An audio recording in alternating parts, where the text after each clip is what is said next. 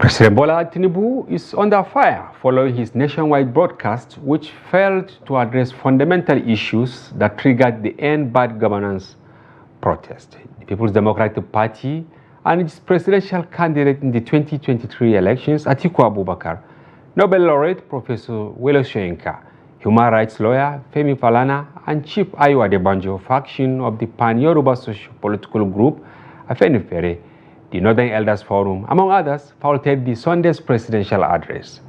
Beyond that, some organizers of the End Bad Governance protest were angered by the president's speech, vowing to continue with the demonstrations. But this time, the demonstrators were spotted with the Russian flags in Kano, Katsina, Kaduna, Zaria, and other cities in the northern part of the country. In Kano, for instance, security operatives have arrested a man suspected to be part of the promoters of the Russian flag. But the Russian embassy in Nigeria has swiftly denied any connection with the protesters. This comes as President Tinubu convened an emergency security meeting with the service chiefs. Here is what the Chief of Defense Staff, General Christopher Musa, told journalists at the end of the State House meeting. Today's meeting is such that we wanted to come and update Mr. President about the situation on ground. We know since the riots have started, the role all the security agencies are playing. You can see all of us together. We had about 2 hours meeting with Mr. President. We explained to him in details the current situation on ground since the riots have started.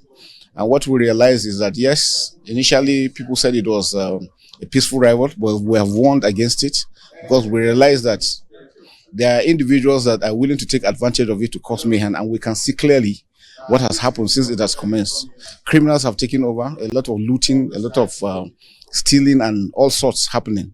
And besides that, we're also aware that I'm seeing, all of us have seen it, where some foreign flags have been flown within the sovereignty of Nigeria, and that is totally unacceptable. We are warning in clear terms, and the president has also said we should convey this, that we will not accept anybody, any individual flying any foreign flag in Nigeria. That is treasonable offense, and it will be viewed and treated as such. So nobody should allow himself to be used by any individual. Also, the issue of coups. Nigeria is a sovereign nation. Nigeria is a democratic nation. All security agencies are here to defend democracy and make sure that democracy continues to strive. We will not accept anyone pushing or taking any action, seemingly or for whatever reason, to want to push for any change of government. Democracy is what we stand for. Democracy is what we continue to defend. On the surface, there are a lot of questions regarding the conduct of government officials and security operatives on the handling of the End Bad Governance protest in the country. To that effect, an international human rights movement, Amnesty International, and the Nigerian police differ on the number of casualties recorded in the protest, which began on Thursday last week. Amnesty International said 13 protesters were allegedly killed by security personnel across Nigeria. However, the Nigerian police force said only a total of 7 persons died, stating that officers acted professionally while covering the protest. Now, the question is, what is the assessment of Human Rights Watch on the unfolding events regarding the government handling of the protest? We seek to find answers to this and many more questions on Daily Politics tonight. Welcome, I'm Hamza Idris. Thank you for joining us. We are actually expecting the director or country director, Amnesty International, in the person of Isa Sunusi. He's on his way. Most likely, he will be here in the studio. But in the meantime, we have Kehinde Amodu. He is Trust TV's State House correspondent, and he is also our in-house analyst and a veteran journalist. Welcome to the studio. Thank you very much for having me. All right, thank you for coming once again. But here are some tidbits before we start the conversation. The Kaduna State Security Council has imposed a 24-hour curfew on Kaduna and Zaria metropolitan cities. This comes after the Plateau State government took similar measures to restrict movements within the state capital, Jos, to maintain law and order amidst the End Bad Governance protests. And elsewhere, a federal high court in Lagos has nullified the sale of Nigerian Air to Ethiopian Airlines. Delivering judgment on Monday, the court declared null and void the sale of the Nigerian Air to Ethiopian Airlines after determining the issues in the suit. Justice Ambrose Lewis Alagwa ordered that the federal government's plan to establish the national carrier Nigeria Air should be halted. The judgment was delivered in favor of the registered trustees of the airline operators of Nigeria and 5 other aviation industry stakeholders. Yes, Mr. Kehinde, welcome. You were at the State House today. Normally, today should be fake. Yes. But what happened? FEC was postponed, and instead the National Security Council meeting held. Basically, I think the meeting of the National Security Council may have been routine. But I think it was also very cogent that the president meet the security chiefs to find out what happened, how the protests were handled, and what was the state of security in Nigeria. Of course, you know that it is troubling to the government that people are flying foreign flags within the sovereign space of Nigeria. And it's also troubling to them that there have been hints and cries among the protesters and organizers of the military taking over. These are 2 very, very important issues which the Chief of Defense Staff himself addressed after the meeting. And what was the ambience around the villa today? Was security heightened or it was the normal? Because I know it's actually a heavily guarded security area. Is there any... No, security is for granted in State House. Even from the outer realms, there is actually very good security architecture that is put in place. So I don't think any of that would change. No red bell around. No red bell. The way the presidential villa is constructed, before you will be able to penetrate to even the core of where it's a Herculean task. It's a long walk.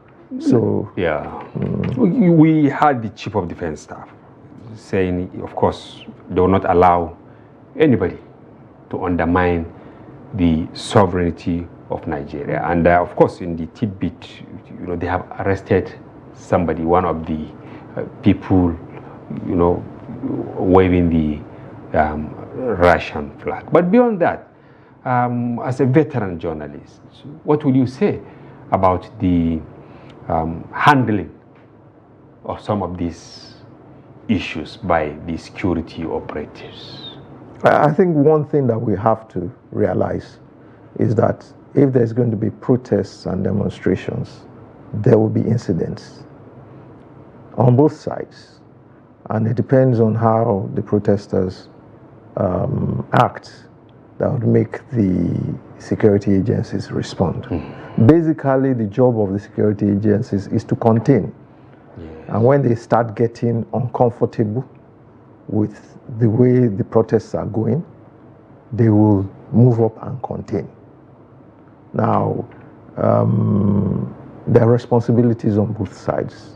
Okay, on the side of the protesters and on the sides of security operatives. Because what security operatives want to do is cage you within a particular space and want you to stay there.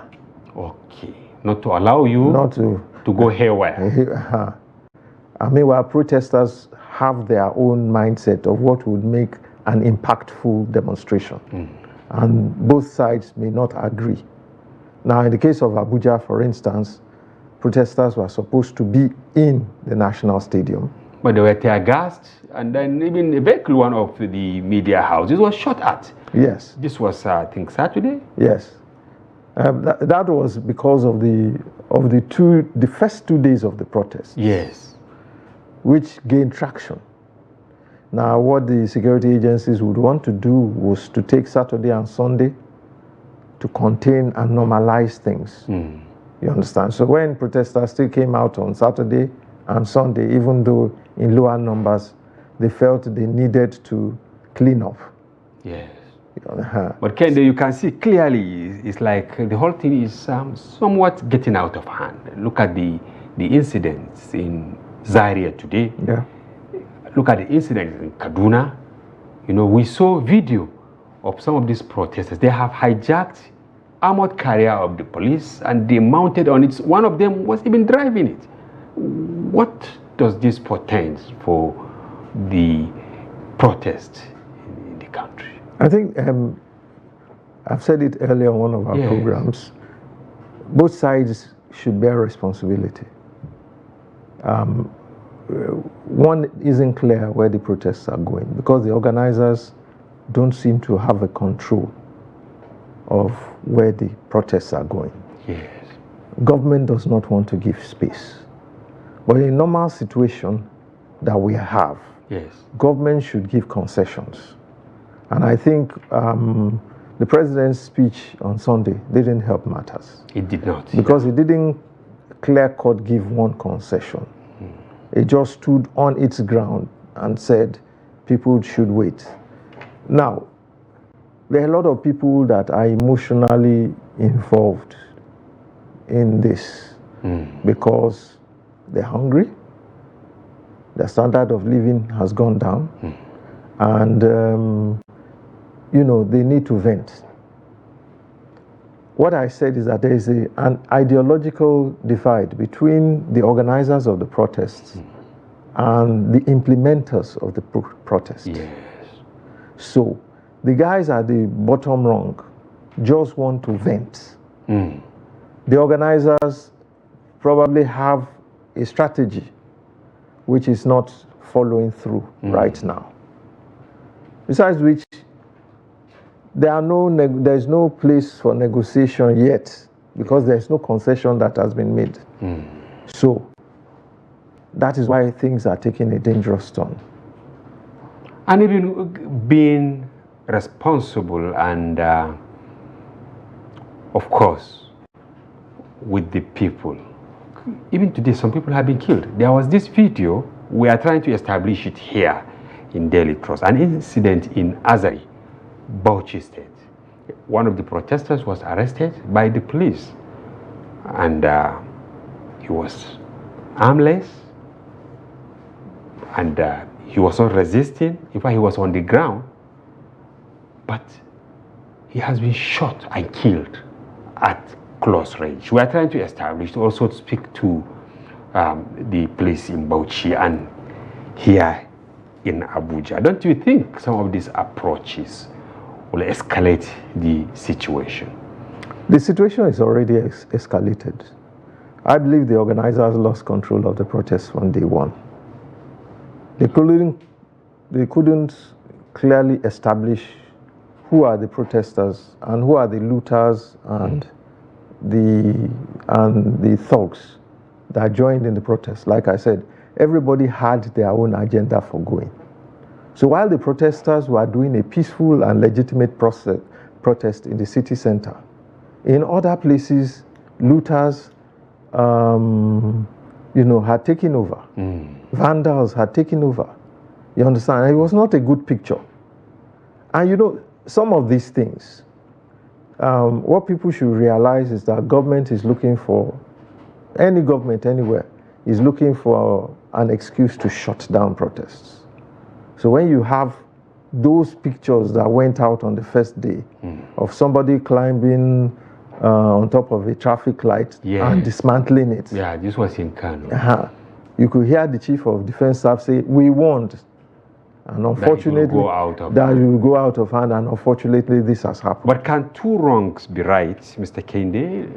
When you put this side by side with what we are seeing in the UK, for instance, you can see hundreds of protesters have been arrested in the UK, over 400. Yes. But many of them are being tried. In fact, the prosecutors, they have upped the numbers, and they say they should work for extended hours so that those who are innocent should be released. Those who are culpable should face the wrath of the law.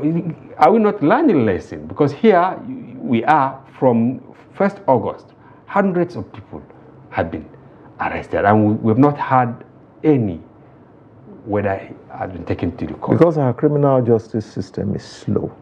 And this is what is an open secret that before we go for preparing the briefs, to go further to go to the magistrate courts, there's a lot of process. Most of the processes, even analog, you have to write it out and all that. So when it eventually gets to the court, it has taken some time. Now, in a case in which these numbers are even many, you understand, that means, the law that says you should charge to court within 24 hours does not work. So those are the things we see that which government agencies must be worried about. You understand? I mean, why haven't legal processes been digitalized? Why is there so much workload on the judges? You understand? When there are many who are qualified to be judges, they are wandering around. Oh, so these are the things, you understand? Government was very innovative. It set up alternative dispute resolution to take care of civil cases. You understand? But you still find so many civil cases in the normal courts. Because they find it very difficult to, moderate and dispense. But then, Kehinde, why are we economical with figures in Nigeria? Because if you are to now take the timeline by the newspapers, including the Daily Trust, and these are from victims, families and all that, the number of people that have been killed as of now is huge. But police is still insisting on 7. Of course, Amnesty said 13. I wish Isa Sunusi will make it to the studio to see whether they have more. But why are we economical with numbers? We reduce lives to groundnut. That's the way you count. No, everywhere, in every system. People are reduced to lessen the impact on normal thinking people. People are reduced to statistics. It's not only in Nigeria. Okay. It's just that in Nigeria it is outrageous. Okay. Because if you say only 7 people were killed, are they not people? They are, and they are alive. So why would you reduce them to a statistic? What we are peddling is statistic. So even if it's only 7 people that were killed, you understand? Yes. We have reduced life to those figures. Which is wrong. Which is wrong. Now compared to the ongoing event in the UK, as I mentioned earlier, 3 girls killed, but now it's like a serious national issue. Yes, because the lives of the individual citizen is valued. And when we talk about citizen, we're not just talking about the normal indigens, unquote. We're also talking about the immigrants that have come to the country to seek solace, to seek refuge. All of them are being considered and being treated as citizens. That's how the system works. So nobody is a figure. Oh, we're 7. Oh, we're 13. Even us, the media, and all other organizations fall into this trap of reducing human life to figures. Because one life is very important. If one life has failed in these protests, then there should be inquiries about how they were handled, wherever the location may be. In other climes, if you lose one life, internal affairs will investigate you to find out if you followed the normal process. So anybody that is found that is under investigation must go under suspension until it is proven that he's innocent. In your estimation as a veteran journalist, where do you think government is getting it wrong, especially in containing the surge of the protests? I'm trying to make reference to the curfews being imposed. So far, we have it wholly or partly in 8 states or thereabout, because yes, we have it in Borno, part of it, we have it in Plateau, we have it in Kazina, we have it in Kaduna, you know, and I think government had 1 month to placate its citizens. 1 month. We had 1 month before the 1st of August. From the time it was rumors that security agencies were trying to convince people not to go out and protest, they had 1 clear month within which there should have been 1 concession. If 1 concession had been made, no matter how small, if government has said, okay, we are reducing electricity tariff. Yes. The people that are going to protest are asking for removal of fuel subsidy and floating of the naira. Cost of pegging of the naira. Yes. And you say, oh, we can't do that. We can't afford to do that. But what we need to do, what we can do that will touch you, you know, there's a difference between policy and then there's a difference between policy and palliatives. There are two distinct things. If if people are saying your policies are making us hungry, don't come and be throwing palliatives at them. Because they cannot substitute. They can't substitute. Palliative cannot substitute policy. They are just short-term measures, knee-jerk measures for that matter. Because in the final analysis, the implementation of those palliatives will not reach everybody. Yes, as we speak, many Nigerians because there is no system. There is no system in place. So if you are going to do palliatives, it would have been something you have planned before you embarked on the policy in the first place. Now, what is happening is that the policies are running in front of you and you are not able to catch up. Yes. You are not able to catch up. The policy has a life of its own and is going. Whoever thought that in the course, when you remove fuel subsidy like this, the multiplier effects would reach up to this. They didn't prepare for it. In fact, no Nigerian from day one prepared for the extent to which things have degenerated. So there's a difference between palliatives and policy.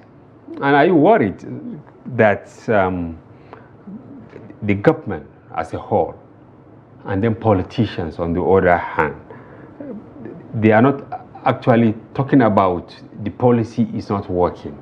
If anything, they believe that Nigerians should be patient, that there will be light at the end of the tunnel. The problem is that you are dealing with human beings. One of the biggest problems that these policies have is that you are wiping out the middle class. That middle class are the guys that think. Even for your government, those are the technocrats, those are the thinkers. And so if you wipe them out, you make life unbearable for them. Yes. You take them out of their comfort zone and push them down to the masses. They start thinking for the masses. Check out all the organizers of the protests. They are not the masses. Yes, yes. That is why there is an ideological disconnect. They are semi-elite elites. They are semi-elites who have been pushed out of their comfort zone. Because when you take on a policy like that, you understand, you are saying, one of the mistakes they made when they came in was to say petrol is an elite fuel. Yes, this was the dumb insult to. Yes, that it would not affect the masses. Yes. Unfortunately, it's affecting everybody. Because like it or not, And you can't defend that again. But why is it difficult for those in government to come down from the high horse to say that we were misled, to say that removing subsidy will only affect the elite, it will not affect the downtrodden? It's a battle between the elites itself. There's a theory in political science called the elite theory, circulation of the elites. And what that elite theory just says is that at any point in time, there are core elites that are in the core. And what they do from time to time to deceive the masses that there is a change in personnel is to allow new elites to come into the center. To take over. Then the elites that are in the center, that are in the yoke, go outside. They wander outside and they attack from the outside. You understand? So elites continue to circulate. Now, can we say the government undermined itself at initial when, instead of trying to fish out the organizers and then to also directly talk to the masses, they resorted to talking to clerics and traditional rulers? And I didn't hear the clerics talking anymore, or the traditional rulers saying anything to the youths that have taken to this now. Because there is nothing to say. The traditional rulers and the clerics themselves are caught up in the web, which they didn't expect.